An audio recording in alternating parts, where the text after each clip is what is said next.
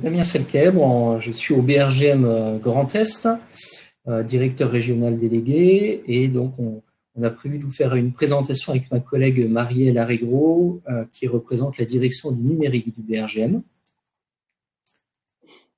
Alors, quelques slides à partager avec vous, et puis simplement en introduction, pour vous présenter le BRGM, Service géologique national, en quelques mots. Donc le BRGM, c'est un établissement public pour les applications des sciences de la Terre, et on intervient sur de nombreux domaines, là que vous pouvez voir ici, la géologie bien sûr, les eaux souterraines, les risques, ressources minérales, transition énergétique et données et services numériques. Donc, au-delà des cartes géologiques, qui faisaient partie des missions historiques du BRGM, vous voyez que les missions vont bien au-delà et représentent donc toutes les applications des sciences de la Terre. Le BRGM, c'est environ 1000 personnes. Le siège est à Orléans. Donc, une représentation en région est faite à travers différents sites. Donc, pour le Grand Est, vous pouvez voir ici que l'on a 3 sites à Strasbourg, Nancy et Reims. D'ailleurs, en Grand Est, la grande partie de l'activité du BRGM porte plus particulièrement sur les eaux souterraines et les risques naturels, mais pas que. Et aujourd'hui, on a prévu de vous faire une présentation synthétique d'un panorama des portails web avec un focus sur l'accès aux données de base sur le sous-sol à travers Infoterre. Et donc, sans plus tarder, je passe la parole à ma collègue Marielle. Très bien. À toi, Marielle. Merci. Donc, je partage un premier outil. Est-ce que vous voyez le BRGM qui vous présente son écosystème web d'information? Oui, c'est tout bon. Alors, donc, moi, je me présente un tout petit peu plus précisément. Donc, je travaille à la direction du numérique pour les géosciences et je m'occupe du support web, c'est-à-dire essayer de répondre et d'assister les internautes dans l'usage de tous nos outils, parce que vous allez voir qu'on a un certain nombre de sites web, plus d'une 50aine, qui déclinent un petit peu tous les enjeux du BRGM. Donc, ça peut être des risques, ça peut être de l'hydrogéologie. C'est vraiment, ça couvre tous les enjeux. Donc, le premier outil que je vous présente, qui est vraiment disponible à tous, dont vous aurez le lien dans les présentations, dans les slides qu'on vous diffusera, c'est un outil justement qui vous permet de voir un petit peu sur tous les secteurs où le BRGM est diffuseur de connaissances. Donc, je vais vous présenter un tout petit peu son usage, mais vous allez voir que c'est extrêmement simple. Donc, tout le monde pourra le prendre en main. Ça vous permet de trouver la bonne ressource d'information. Donc, comme l'a dit Damien, on a diverses thématiques, ce qu'on appelle chez nous les enjeux.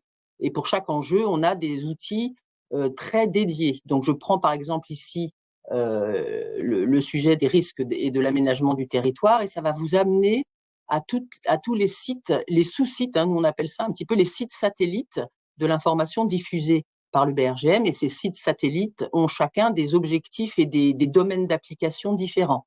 Vous voyez que sur les risques, on a une demi-douzaine de sites, et je vous présente peut-être celui qui est le plus connu et surtout le plus utile. On a à peu près 7 millions de connexions annuelles. C'est le site GéoRisque qui permet à tout un chacun de connaître les risques sur son territoire, que ce soit retrait-gonflement des argiles, que ça soit risque d'inondation. C'est vraiment à l'adresse un service grand public pour prendre connaissance des risques associés à une localisation.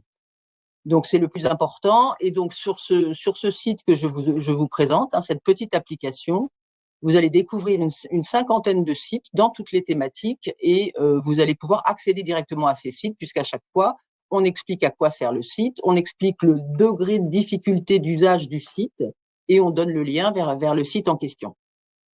Donc, voilà pour ce document. Aujourd'hui, j'ai plutôt décidé de vous présenter Infoterre, alors qui est un site un peu ancien. Vous allez voir que l'ergonomie n'est pas formidable, et c'est un peu pour ça que je voudrais vous donner des clés de lecture et des clés d'usage d'Infoterre. Pourquoi j'ai choisi Infoterre? Parce que justement, Ce site-là, il est généraliste et il va présenter à peu près toutes les couches d'informations produites que le BRGM diffuse. Et comme son usage est un tout petit peu complexe vu l'ergonomie ancienne, je voulais vous faire une démonstration pour que vous ayez les premiers, faire vos premiers pas dans Infoterre. Donc qu'est-ce que c'est Infoterre? C'est vraiment le visualiseur des données géoscientifiques du BRGM. Et sa vocation, c'était justement de montrer l'intérêt de l'interopérabilité dans les données géographiques, géologiques, géoscientifiques, montrer l'intérêt de pouvoir superposer une couche d'informations, par exemple géologique, avec une couche d'informations sur les cavités ou les risques de pollution. Ça fabrique des cartes d'aide à la décision extrêmement importantes. Donc voilà pour ma petite introduction. Donc Infoterre, outil qui a pratiquement une vingtaine d'années maintenant, mais qui est extrêmement utilisé puisqu'on a plus d'1 million de consultations annuelles, bien que l'outil soit un peu complexe. Alors, on va regarder le visualiseur standard, parce que le principe, c'est vraiment de construire sa carte en tant que de besoin avec les couches d'informations dont on a besoin. Donc, je vais choisir bien évidemment la ville de Metz, pour être dans votre domaine. Donc, vous voyez que ça se passe à gauche. Je choisis une localisation et je zoome sur cette localisation. À droite, on a des petits boutons à droite, pas très visibles et peut-être pas très explicites. Je vais pouvoir choisir la couche d'information que je veux consulter. Donc aujourd'hui, vous voyez les couches d'information disponibles. Je vous ai dit donc qu'on voulait faire la preuve de l'intérêt de superposer des couches d'information. Donc voilà les grands domaines d'information qui sont les enjeux du BRGM, la géologie, les risques naturels, les ressources minières, les pollutions, etc. Il ne s'agit pas toujours et pas que d'informations produites par le BRGM, puisque vous constaterez qu'on a par exemple une couche d'informations sur les espaces protégés, des couches d'informations topographiques ou du cadastre qui ne sont pas une production BRGM. Donc je disais que je voulais vous montrer les cartes géologiques. Donc on va choisir la carte géologique emblématique du BRGM, qui est la carte géologique imprimée au 50 000, que vous connaissez peut-être. Donc voilà, j'ai superposé une couche d'informations. Qu'est-ce que je constate? Je constate un petit peu que j'ai des disparités d'affichage, ce qui est bien normal puisque la couche d'information géologique française, elle procède d'un découpage au 50 000 et on a environ 1200 cartes pour couvrir la métropole. Donc si je veux un peu plus comprendre ce qui se passe, je peux observer le tableau d'assemblage des cartes géologiques et prendre connaissance de la carte géologique qui m'intéresse et du numéro de cette carte géologique. Donc là, par exemple, la carte géologique de Metz, c'est la numéro 164. Je peux consulter, toujours dans les boutons de droite, je peux consulter la légende de cette carte et je peux accéder à la notice de cette carte. Alors là, je suis sur la carte de Briey, celle qui est en haut à gauche.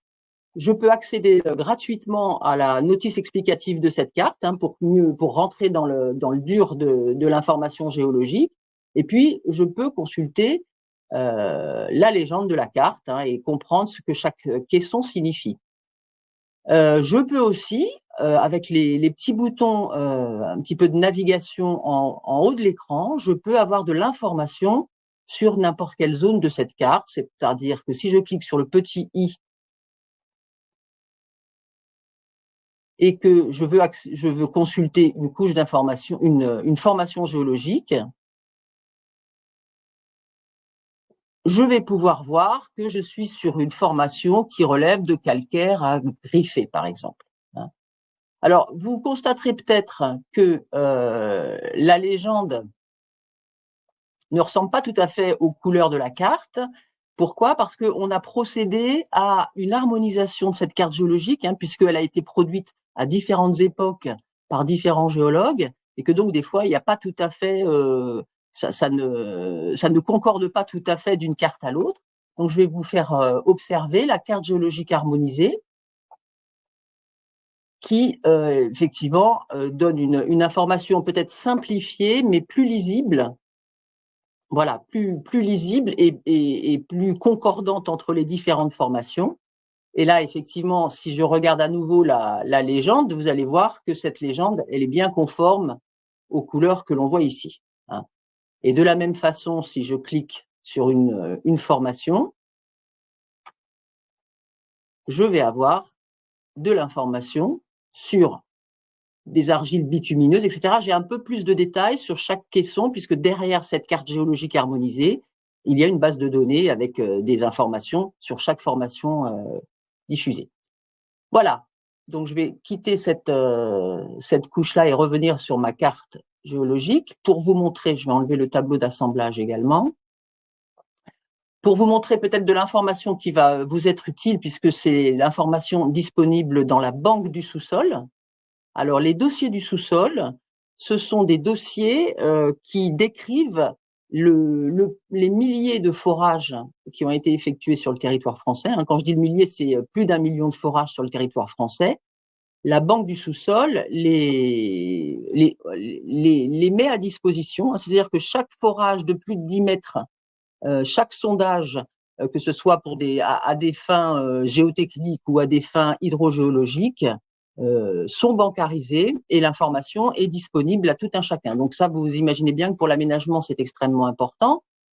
Et puis, je peux consulter chacun de ces points et disposer d'informations et de détails sur chaque forage utilisé. Donc ici, je vois que je suis toujours sur ma carte géologique imprimée, mais que j'ai accès à un ouvrage de la banque du sous-sol avec géologie vérifiée et documents. Avec cette fiche détaillée, je peux avoir de l'information de localisation précise sur ce dossier du sous-sol, sur ce forage. J'ai une description technique sur l'objet du forage, puisque là, il s'agissait d'une recherche d'eau. J'ai accès à des documents numérisés, donc vous comprenez bien qu'on a pratiquement un siècle d'informations. Donc, on a fait un inventaire historique à partir de données d'archives et on a numérisé toutes les informations sur ces forages. Il est évident qu'aujourd'hui, l'information sur les forages, elle est collectée de façon beaucoup plus simple désormais, puisqu'on a un outil en ligne qui s'appelle Duplo, et qui est un outil de télédéclaration réglementaire des nouveaux forages réalisés récemment.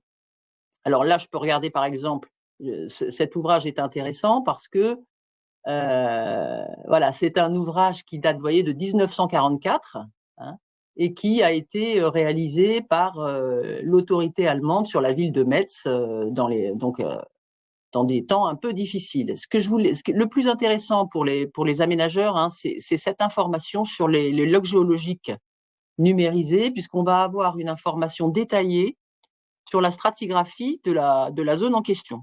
Donc, voilà, c'est l'usage principal, on va dire, d'Infoterre, c'est cette banque du sous-sol.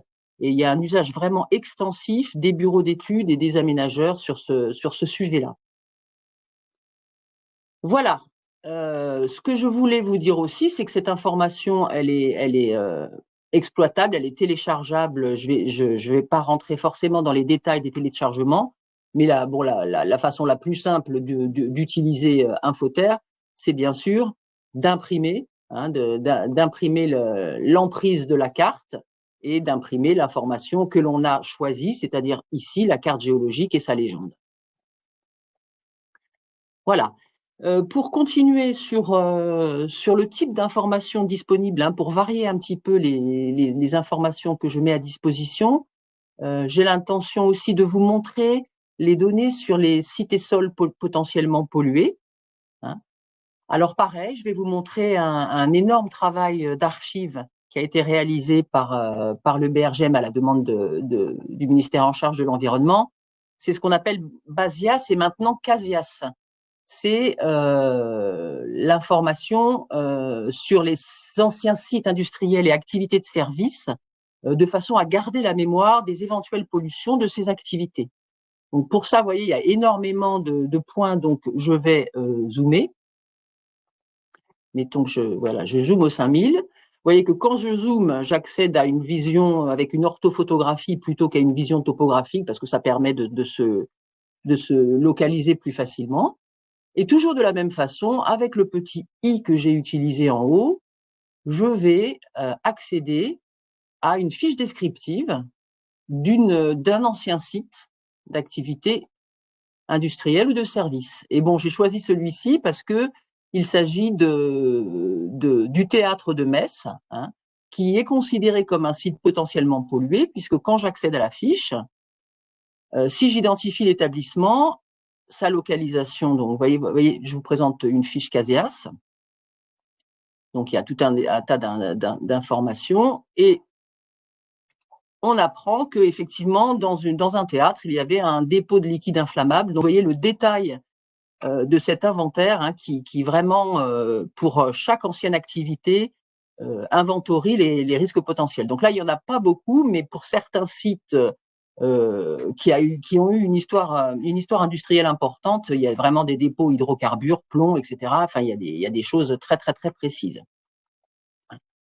Et un petit détail, vous voyez que quand je parle d'interopérabilité, c'est pas un vain mot, puisque cette fiche maintenant, elle est gérée par Géorisque, puisque les risques concernant les sites et sols pollués sont une spécificité de Géorisque également. Donc on voit bien qu'il y a interaction entre les données basiques d'Infoterre, hein, l'énorme bancarisation d'Infoterre, et puis les sites spécifiques, les sites dédiés, gérés par le BRGM. Donc toujours dans les cités sols pollués, parce que j'ai vu qu'on avait beaucoup de partenaires des DREAL, par exemple, on a rajouté sur Infoterre la couche des secteurs d'information sur les sols, hein. Donc là, ce sont les secteurs où l'administration a rendu ses conclusions sur un niveau de pollution. Et donc, l'administration a statué sur le devenir possible de ces sols et le contrôle qu'il y a réalisé dans l'avenir en fonction des usages futurs du sous-sol. Et donc, par exemple, voilà, je tombe sur un secteur d'information sur les sols ici. Toujours avec mon petit i, je peux savoir de quoi il s'agit.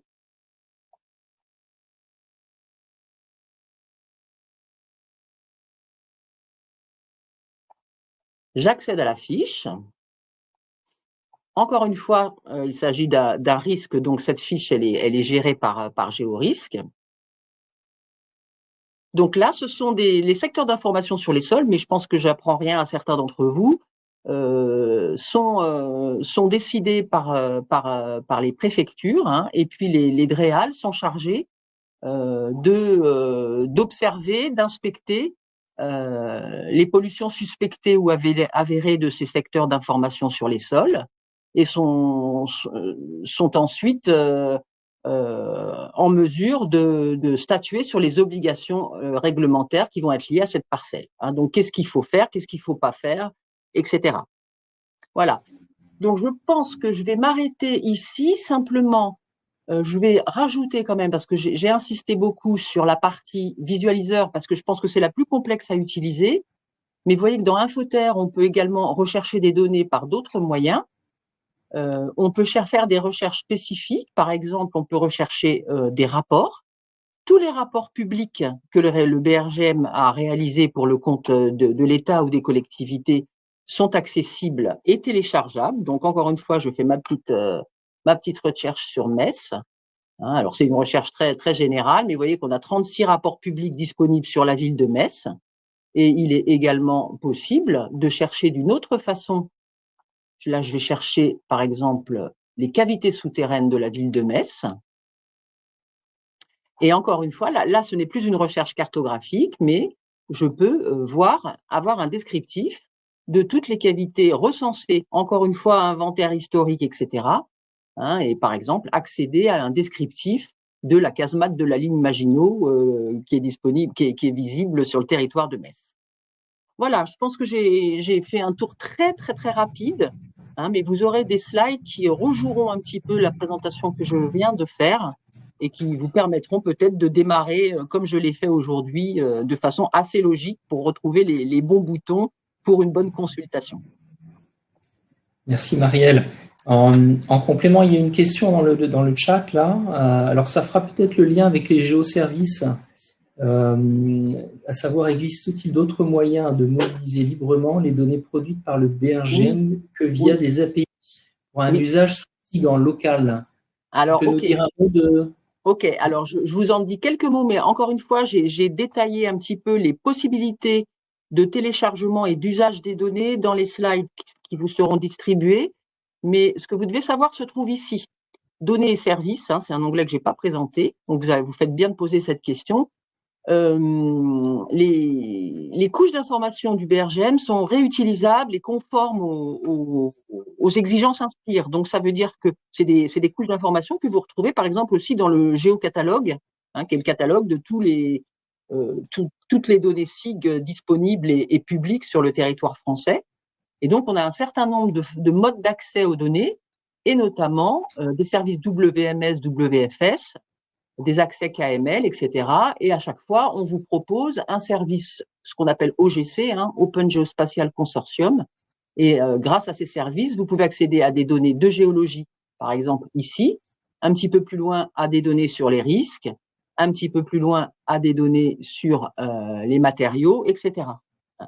Il y a aussi le moyen d'exploiter les données autrement et de façon peut-être plus simple aussi, c'est de télécharger des cartes géologiques. Je peux choisir de télécharger des cartes géologiques départementales, celles des DROM, la carte géologique de la France au million, etc. Et auquel cas, ce sont des données SIG qui sont exploitables par QGIS ou par ArcGIS, etc. Est-ce que j'ai répondu tout ou partie à la question, je pense, j'espère. Je pense. Oui, je pense Et pareil, Marie. puis, oui. Il me semblait qu'il y a une autre Est-ce question que… aussi. Oui, on peut répondre à l'autre question, Jean-Pierre, sur le site du Plot. Oui. Pour répondre sur cet aspect télédéclaration que tu as évoqué, Marielle, Ouais. tout à l'heure, de forage, Mhm. avec cette appli avec Duplo, donc qui est l'outil maintenant pour télédéclarer en ligne pour les Mhm. forages. Mhm. Et la question des ouvrages de moins de 10 mètres de profondeur, alors on peut indiquer que Duplo aussi permet de Oui, télédéclarer les ouvrages de moins de 10 mètres de profondeur.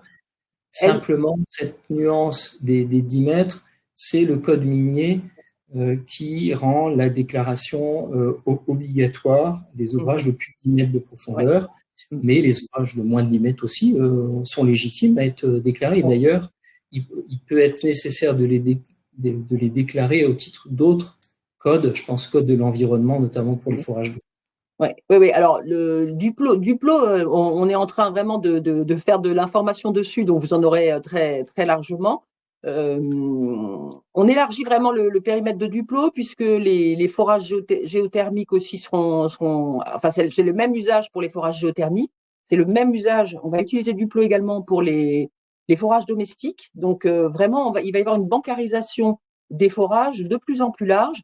Et on est en train de construire un SI, un système d'information géotechnique, donc une espèce de banque de sous-sol géotechnique, parce que justement pour les aménageurs, les données les forages de moins de 10 mètres ont extrêmement de l'importance aussi. Donc oui, Duplo est l'outil pour tout ça. Et va renseigner directement la banque du sous-sol dont je vous ai montré les archives, en gros. D'accord, parfait.